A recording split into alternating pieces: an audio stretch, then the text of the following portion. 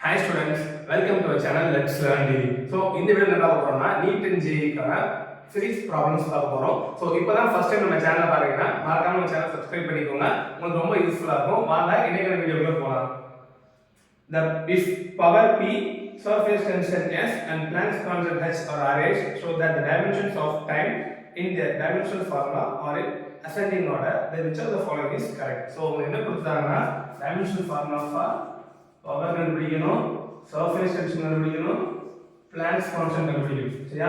கண்டுபிடிச்சிட்டு இதுல டைமை பொறுத்து அந்த டைமென்ஷனல் ஃபார்முலாவை அசெண்டிங் ஆர்டர்ல அரேஞ்ச் பண்ணணும். சரியா? இப்படி பண்ணும்போது எது கரெக்டா வரும்னு சொல்லி கேட்டிருக்காங்க. வாங்க சால்வ் பண்ண ஆரம்பிப்போம். So first one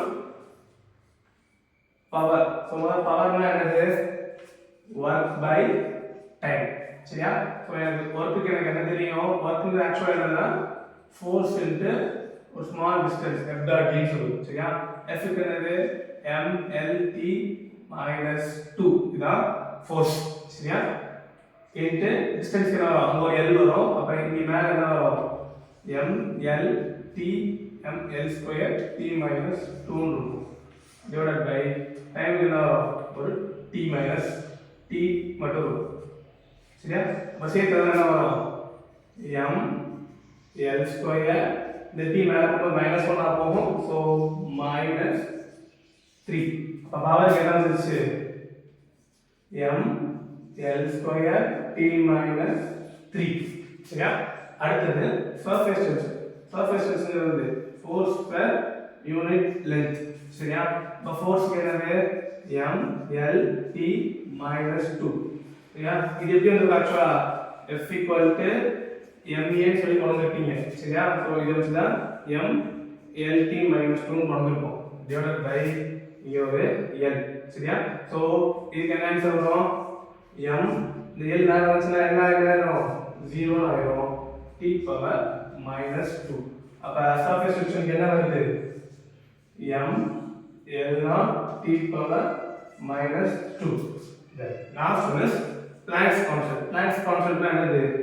energy by frequency. சரியா? எனர்ஜி நாலும் வொர்க் நாலும் ஒண்ணுதான். சரியா? அப்ப என்ன வரும்?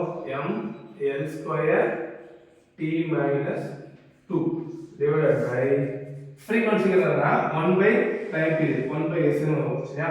அப்ப இங்க என்ன வரும்? t minus 1 ன்னு வரும். சரியா? சோ அடுத்து சால்வ் பண்ணா என்ன வரும்? m l square இந்த மைனஸ் பண்ணால என்ன வரும்? plus 1 ஆகும். minus 2 plus 1 minus 1 ஆவே. சரியா? அப்ப இங்க என்னாச்சு? m l square t minus 1. சரியா? இப்போ இது அசைன் ஆகும் டைம் பொறுத்து. சரியா? அப்ப மைனஸ்ல எது பிக் நம்பரோ அதுதான் இதுல ஸ்மாலஸ்ட் யூனிட் உங்களுக்கு ஆல்ரெடி தெரியும். சரியா? அப்ப ஃபர்ஸ்ட் என்ன வரும்? p அடுத்து s அடுத்து h. சோ இதான் உங்களுக்கான ஆன்சர். சரியா? சோ இதே மாதிரி டைமென்ஷனல் ஃபார்முலாஸ் எல்லாமே உங்களுக்கு எப்படி கண்டுபிடிக்கணும்னு தெரியாது அப்படினா நம்ம சேனல்ல இதுக்கான வீடியோஸ் ஆல்ரெடி டெடிகேட்டடா போட்டுருக்கோம். அதை செக் பண்ணி பாருங்க. then இதே மாதிரி for more NEET and JEE related problems subscribe to our channel. Thank you.